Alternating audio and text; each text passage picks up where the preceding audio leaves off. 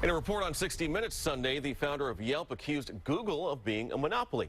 Jeremy Stoppelman said that it would be impossible to start Yelp today because Google plants its own services at the top of search results. The European Union's competition commissioner hit Google with a $2.7 billion fine last summer for depriving certain competitors of a chance to compete with them. Google paid the fine, but they are appealing. And joining me now is KTVU tech expert Ryan Eldridge from Nerds on Call for more on this report and possible repercussions here. So, Ryan, based on what you've heard today, what's come to light, can Google be considered a monopoly?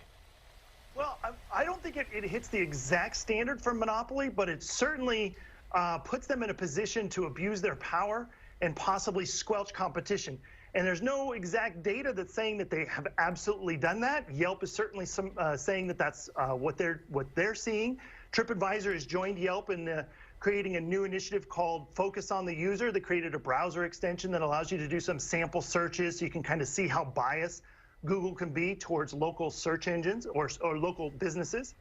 Here's the thing, Google does 3.5 billion search queries in a day, and ultimately what the EU and what Yelp is saying is that Google is sort of showing favoritism to their own properties rather than to the competition. So if you typed in something like dentist in San Francisco, you'll get a search query that'll show up, and the first 3 results will be ads that are Google properties. The next 3 to 7 results will be Google local results, which again are Google My Business pages, and then down below that is just whatever happens to come up in organic. And Yelp and TripAdvisor are saying that's just not fair. Yeah, well, that's what they're pointing out. Now, the Treasury Secretary, Steve Mnuchin, said today, based on these reports talking about Google, that these tech companies really need to be examined here. Now, it's not under his department, but can his words carry weight here? Well, I don't know exactly if whether his words will carry weight, but certainly if the FTC looks into them again, which they did in 2011, and in 2011, the report that came out of that inquiry was they said there should be more investigation into whether or not Google is doing anti-competitive techniques in order to suppress competitors. Yeah, they found some irregularities during that time, during the investigation, which we didn't find out about until the report accidentally was published or sent to the Wall Street Journal. Yeah, and in last night's report on 60 Minutes, they were essentially saying that maybe Google's massive bankroll in the Obama administration and in their lobbying efforts is sort of squashed that report and made that go away, whereas in the EU, where they have not as much influence, maybe that's why they got hit with a $2.7 billion fine.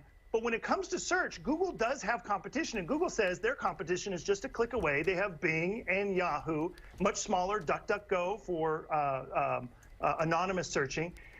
The difference is here really is we're all used to using Google, and most users say they love Google and they don't like Bing or they don't like Yahoo and they don't like their search results. Right, so you can't change someone's habits. If they like using the product, they like using the product, which brings me to my next question.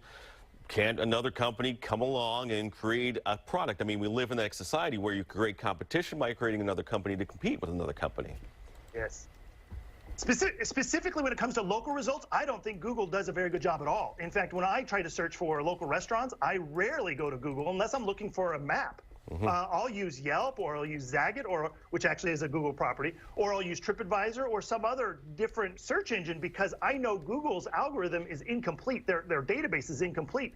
The most complete database in the world is the one we don't use anymore, which is the Yellow Pages. Not every local business has a digital presence. Not every local business has a website or a Facebook page.